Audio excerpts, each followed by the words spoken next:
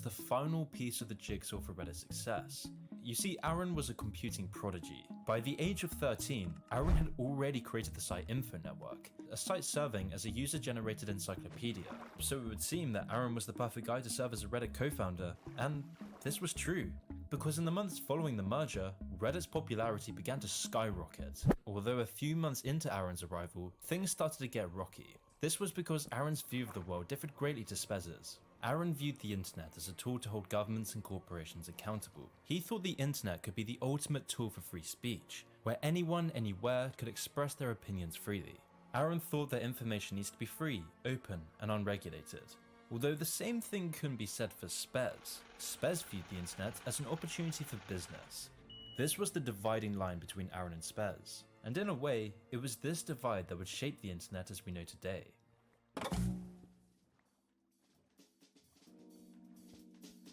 2005 was a revolutionary year. Facebook had just been released, YouTube was brand new, and Reddit was being spammed with Spez's links. In 2005, the internet was still seen as something nerdy. This was a time 2 years before the release of the first iPhone. And we are calling it iPhone. Anything could happen. Aaron Swartz wanted to steer the internet into being an electronic libertarian utopia, a world free from government regulation and corporate corruption. He wanted the internet to be a land of pure democracy, where each and every person had an equal say in the world, where real world leaders would be scrutinized in real time, where elites would be forced into open transparency. The internet offered an opportunity for ordinary people who weren't part of the power structure to take back power to themselves. And Aaron saw Reddit as a beacon of these principles, a hub for ordinary free thinkers. However, Aaron's view of the internet would be confronted by the other side, by the other tech giants who wanted their platforms to become the titans of the digital age, the side that wanted to consolidate and control massive percentages of internet traffic and the money that comes with it. Pioneers of the internet like Zuck wanted a small group of companies to decide what you can and can't say, and a small group of moderators to follow their orders. But Aaron hated these ideas. Aaron hated the corporate world and was motivated to do everything he could for free speech. And at the time, Aaron wasn't alone. In fact, co-founder Alexis could also see the importance of free speech. To Alexis, free speech was a right that must be protected. This is why Alexis actually joined Aaron in his campaign against Congress's Stop Online Piracy Act. Alexis even went so far as to launch the National Anti-SOPA protests. This has become an issue that's much bigger than just saving the internet now. This is a fight to save democracy. It is a fight to show that our elected officials are beholden to the electorate, not to lobbyists. This was a period where a large proportion of tech giants actively defended the principles of free speech. And in this time, Reddit was a hub for somewhat serious or interesting discussion. It was diverse, but not stupid. But all of this would quickly change in the years to come.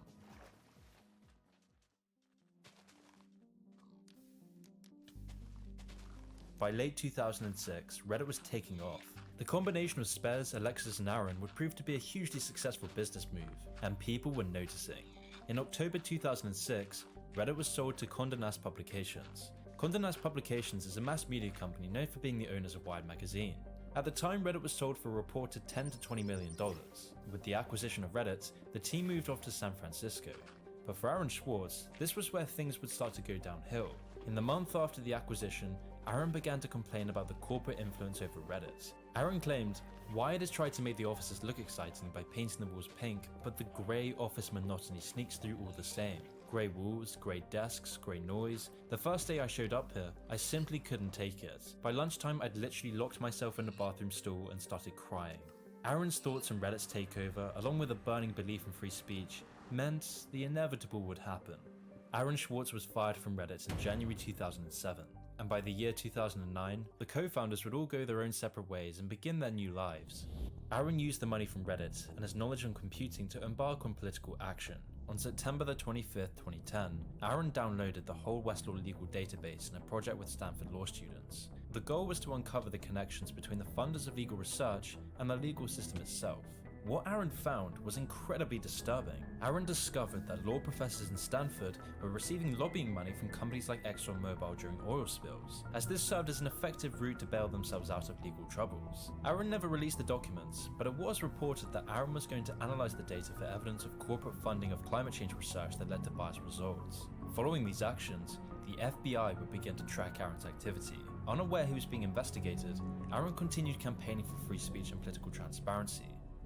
And so, yeah, it's true. Sites like WikiLeaks are going to be putting up some embarrassing material about what the US government does, and people are going to be organizing to protest about it and try and change their government.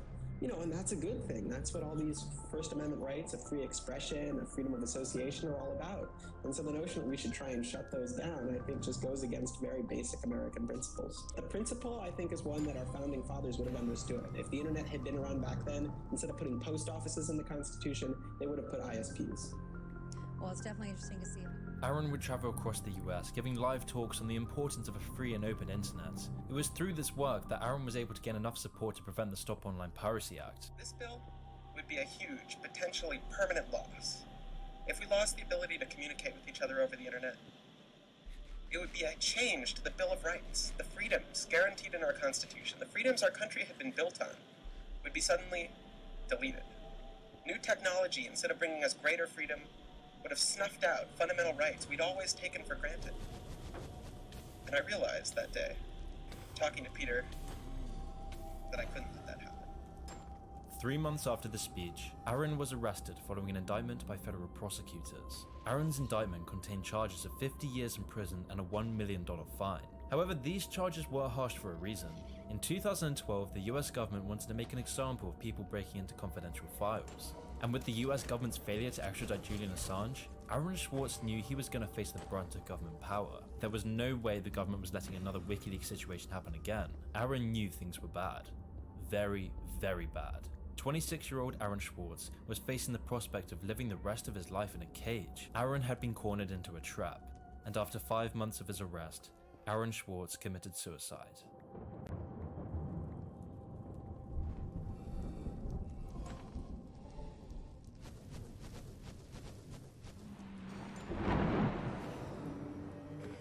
Aaron's death marked the end of an era. Up until now, the internet had always been free of censorship. Censorship was only really used for legal purposes to keep the internet somewhat civilized, and Reddit moderators did as they were meant to, filtering out spam, abuse, and managing small online communities. But all of this would change in 2014. You see, in the years after the co-founders left Reddit, Reddit was undergoing huge development. Reddit had tripled its page views, and in 2011, Reddit had gained 1 billion page views a month. Then in January 2012, Reddit doubled its page views again, gaining 2 billion views a month. There was no stop in sight, and by 2013, Reddit was receiving 56 billion page views and 71 billion page views in 2014. However, in 2014, Reddit took a turn for the worst. A turn that would make Reddit the model for the internet censorship we see today. Because before 2014, Reddit was getting a lot of scrutiny in the media. At the start, this was mainly about the jailbait subreddit, a subreddit which featured inappropriate and illegal photos of young girls. So Reddit responded to these criticisms rightly and removed the subreddit from the platform. But this media criticism was only scratching the surface, and for the next year, Reddit would be slandered for being a sexist platform. For example, the Huffington Post claimed that Reddit was sexist purely for being a male-dominated site. The claims of Reddit being sexist got so bad that co-founder Alexis pleaded Reddit users to, quote, cool it with the sexist comments. Cool it with the anti-Semitic remarks. Alexis also claimed that Reddit is defined by, quote, straight white men. The Atlantic and other magazines picked up on this, adding to the belief that Reddit was a place for sexist and straight white men. This scared Reddit stockholders and advertisers alike, which is why Reddit would suddenly undergo a radical change. The first steps towards Reddit's change would come with Ellen Powell's appointment as CEO of Reddit. In the lead up to Powell being CEO, Powell had gained notoriety in Silicon Valley, most famously for her gender discrimination lawsuit, where she sued the venture capital firm Kleiner Perkins for what she perceived to be sexist business practices. And whilst the lawsuit was unsuccessful, the media rallied behind her as a feminist saint. She was the perfect shield for Reddit, so Reddit employed her as CEO of the company in 2014. This was the moment Reddit changed for the worst. Ellen Powell's rise to CEO created a new era of Reddit, an era Aaron Swartz had spent his life warning against, an era defined by power mods, censorship, and propaganda. And it all began with Ellen Powell's announcement that Reddit was no longer a platform for free speech. The announcement came after numerous subreddits were banned by Reddit, but this time it wasn't for legal reasons, it was to escape the bad reputation Reddit was gaining from the consequences of free speech. A complete U-turn of Reddit's original policy stated by admins just 2 months beforehand, Reddit admins actually created a blog titled "Every Man is Responsible for His Own Soul." In the blog post, Reddit admins repeatedly claimed the importance of free speech on Reddit. This is a quote from Reddit admins. We uphold the ideal of free speech on Reddit as much as possible, not because we are legally bound to, but because we believe that you, the user, has the right to choose between right and wrong, good and evil, and that it is your responsibility to do so. When you know something is right, you should choose to do it. But as much as possible, we will not force you to do it. However, these claims were just as hollow as Reddit's moderator guidelines. And when I talk about Reddit's moderator guidelines, this is what I mean. So basically, for Ellen Power to increase Reddit's censorship, Reddit would need power mods to handle the dirty work. And so in October 2014, the first major power mod was born, a mod known as Gallowboob. Gallowboob is the digital representation of Reddit's new era. Gallowboob is a mod with over 36 million karma. He's termed a power mod for his vast control of the top subreddits, controlling huge subreddits like r oddly satisfying, r relationship advice, and r roast me. He's a power mod notorious for blocking comments critical of him. And not only comments, it got so bad that a subreddit calling out Gallowboob's power-hungry censorship was also banned from Reddit. This was the new era of Reddit, where those criticizing the power structure would be threatened with banishment. In the words of Ellen Powell, Reddit was no longer a bastion of free speech. But again, in 2014, this was just the tip of the iceberg. You see, in theory, Reddit's moderator guidelines require volunteers not to use a breach of one set of community rules to ban a user from another community, because these guidelines were created in a time when internet censorship was looked down upon. But this was a new era, an era when even more power mods would begin to emerge, like the infamous moderator Awkward the Turtle. Awkward the Turtle is in control of 2,572 subreddits, and like Gallowboob, he's a mod notorious for silencing opinions he doesn't like. And unfortunately, these occurrences aren't anomalies either. Moderator tyranny in the last few years has gotten to an all-time high, with this model of censorship spreading across the internet like wildfire.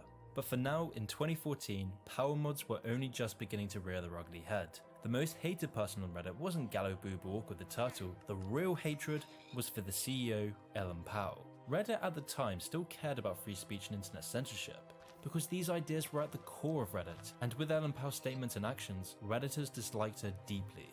The watershed moment for this hatred came when former community manager David Croce gave an Ask Me Anything about being fired from Reddit. David Croce stated that Ellen Powell dismissed him with 1 year of health coverage when he had cancer. As a result of this, a petition was made to remove Powell as CEO of Reddit.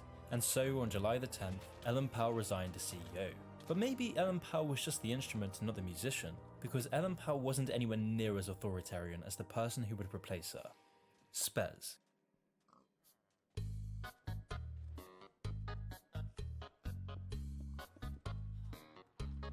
Spez's reign as CEO brought about the most change to Reddit, and as you could guess, this change wasn't good.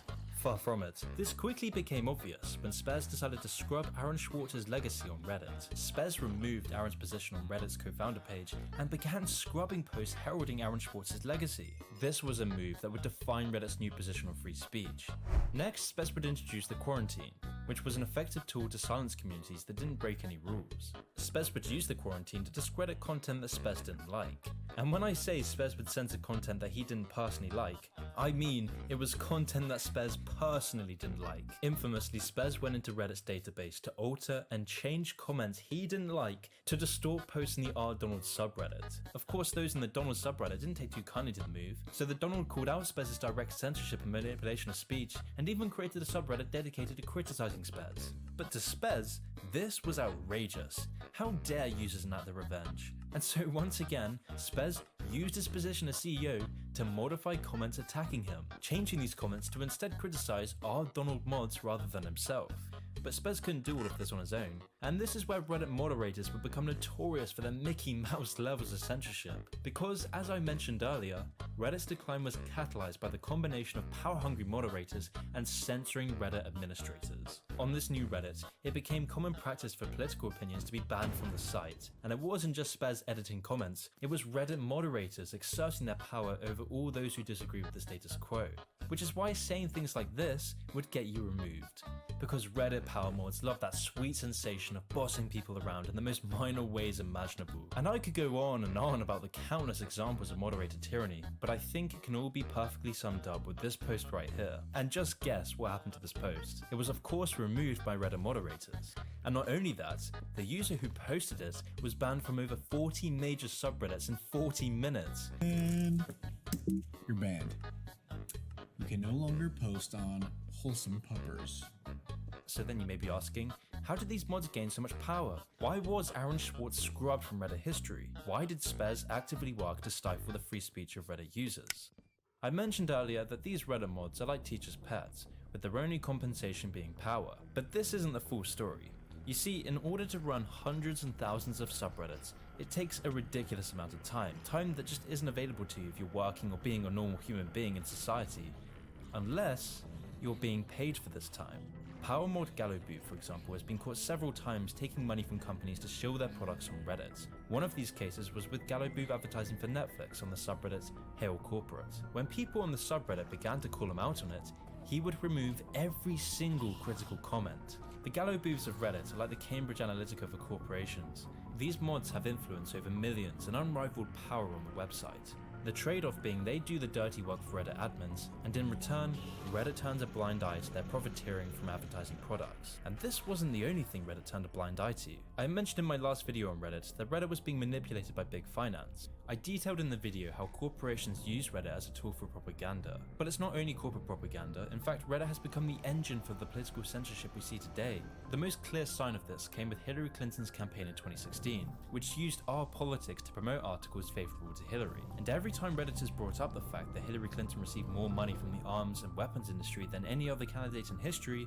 these posts would be downvoted into oblivion. That's why you see posts criticising Black Lives Matter being banned, whereas pro-Black Lives Matter posts gain thousands of karma. It's why showing just some of the damage done by Black Lives Matter to ordinary people is removed. It's why just upvoting some posts on the site will get you banished from Reddit. It's why Reddit turns a blind eye to moderator abuse to keep the Reddit status quo in check. It's all to keep corporations and political interest groups happy. But nothing could define Reddit's era of censorship any better than Reddit's submission to the Chinese government.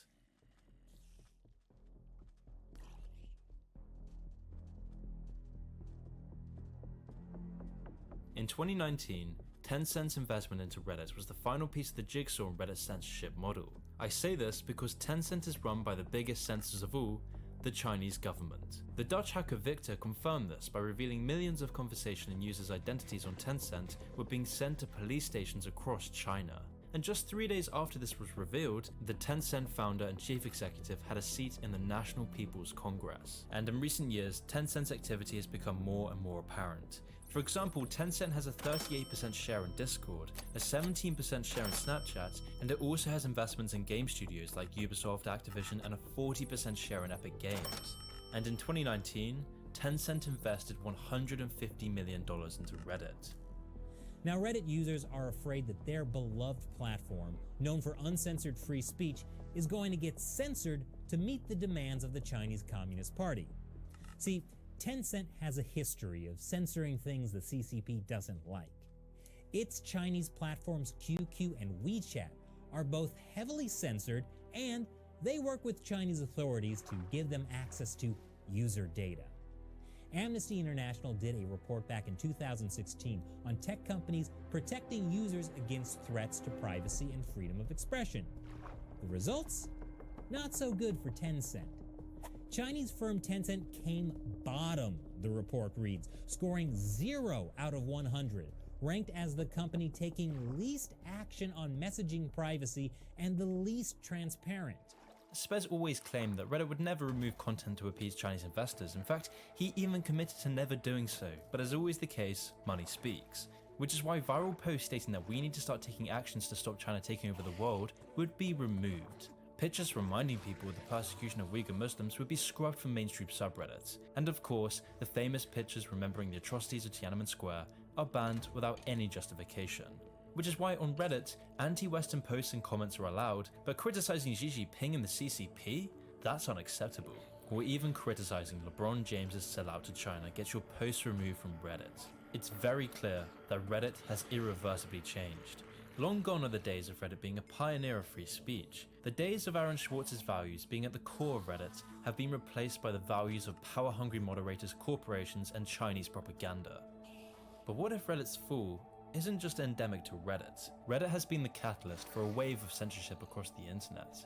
The model of power-hungry moderators, out-of-control tech leaders like Spez, and political propaganda is a model adopted by almost all social media sites. Since 2016, the Chinese Communist Party paid $20 million to outlets like the Los Angeles Times, the Chicago Tribune, and the Washington Post. Twitter, which now operates as a publisher, also received checks from the Chinese government totaling hundreds of thousands of dollars. Social media companies have learned from Reddit. Reddit has shown that the backlash to censorship is only minor once you have a group of power-hungry moderators controlling the flow of information. Because in 2019, a $3 million funding round led by Tencent brought Reddit's valuation to $3 billion, almost double Reddit's valuation just 2 years beforehand. And in 2021, Reddit's valuation is now at $6 billion. But the worst part of all is that Reddit moderators could have stopped this. They were the only people who had the power to do this. They could have shown that social media companies can't get away with the erosion of free speech. Reddit moderators showed that they had this power to change Reddit in 2015. In July of 2015, Reddit began experiencing a series of blackouts as moderators set popular subreddit communities to private. This was done in protest of the recent firing of Victoria Taylor. This Reddit moderator blackout ended up being highly successful and was one of the main reasons why Ellen Pao stepped down as CEO. So if moderators could do it back then, why not now? Well, because it doesn't fit into their tribe. It goes against the grain of their ideology. They don't want to be labelled controversial or conservative or lose any of that lucrative money shilling products from Reddit grants them. Instead, the moderators of Reddit are compliant to censor anti-China posts in exchange for power and money. This model of censorship has made Reddit bank. This is why you see censorship everywhere on the internet. It's an incredibly lucrative business practice. To receive Chinese funding means you could double your company's valuation in a ridiculously short time frame. The only cost this comes with is the fabric of Western civilization. That's the beauty of America, that you can be different. Right. You can be an individual, but now you cannot be an individual, and that's what North Korea did. YouTube is that I talk about women getting sold in China, and those all videos get demonetized because it's somehow doesn't meet the YouTube guideline. Yeah. And they letting North Korean regime to have their propaganda channel on YouTube. So they give a platform to dictatorship, but they do not want to give a platform to the people who is fighting this human rights justice fight. Reddit has been at the core of this censoring trend. Reddit has shown how easy it is to get moderators to do the dirty work. Reddit has shown how easy it is for users to accept censorship by controlling the narrative. Reddit has shown that free speech is no longer a right. This precedent in censorship has given the go-ahead for all the other tech giants to censor. And people passively accept this because when all dissent is silenced, you feel alienated, as if your voice doesn't have any support, because you never see and connect with all those who don't want to see the erosion of a free and open internet. And Reddit moderators could have acted as the final buffer. They could have been the final force to stop the censoring trend, but instead they turned their back on free speech and the country for greed and power. This behavior is anti-Western to the core. Throughout history, the default style of governance has always been dictatorship, and to be in power, you have to be ruthless. You have to punish your enemy in the public eye. You have to censor speech that doesn't go along with the government projection. Every king and emperor did the same thing until the United States. The United States, a country which understood the importance of freedom of speech. The founding fathers knew this because they understood human nature. They understand what had happened in the past when free speech was stifled. They knew the dangers of censoring. But now we see the people who are willing to give all of that up for power and greed. This is what makes the fall of Reddit so frustrating. Reddit had the potential to be one of the greatest social media platforms of all time. Reddit had the power to change the way we look at society. Reddit could have opened so many doors for interesting discussion unconfined to conventional expectations. It could have opened the door for so many others who didn't fit inside the mold of mainstream culture. But instead, Reddit turned its back on this potential, simply because Reddit let go of its founding core free speech. And now a decade later after Aaron Swartz's death, and it's as though Aaron's work never existed. Reddit was the only social media site that could have actually paved the way for a free and open internet. Moderators could have held Reddit admins accountable to the community and the principles of free speech, and when you remember that Reddit was a key reason for abolishing the Stop Online Piracy Act, it makes Reddit's demise seem like that much more of a missed opportunity. And in a cruel twist of fate, Reddit's decline into censorship has breathed life into a new era defined by censorship. The media, celebrities, Facebook, YouTube, TikTok, Twitter, all of them have transitioned into adopting Reddit's model of censorship. When Reddit abandoned free speech to start censoring people who didn't fit into the mainstream narrative and government propaganda, it represented the real-world transition into the control of information. The cogs behind Reddit's censorship needs to be called out. In the words of Aaron Swartz, when people put their thumbs on the scale and try to say what you can and can't say, We should fight back, both politically through protest and technologically through online means. So yeah, it's true. Both the government and private companies can censor stuff. But private companies are a little bit scarier because they have no constitution to answer to. They're not elected, really, right? They don't have constituents or voters. All of the protections we've built up to protect against government tyranny don't exist for corporate tyranny in these privately owned spaces that we live in. You know, I think we first saw this in the 90s with malls, right? As malls became a cool place for kids to hang out, all of these freedoms that we had against the government, we lost in the mall because the mall was a private company that could throw people out for saying the wrong thing or wearing the wrong shirt. Now, Facebook has kind of become the mall. It's where everyone hangs out. And so the private company that owns Facebook can tell you, oh, don't use those kinds of words, don't use those sorts of pictures, don't talk with those people. All of these constitutional rights that we take for granted are now run by a private company that doesn't have to answer to the Constitution.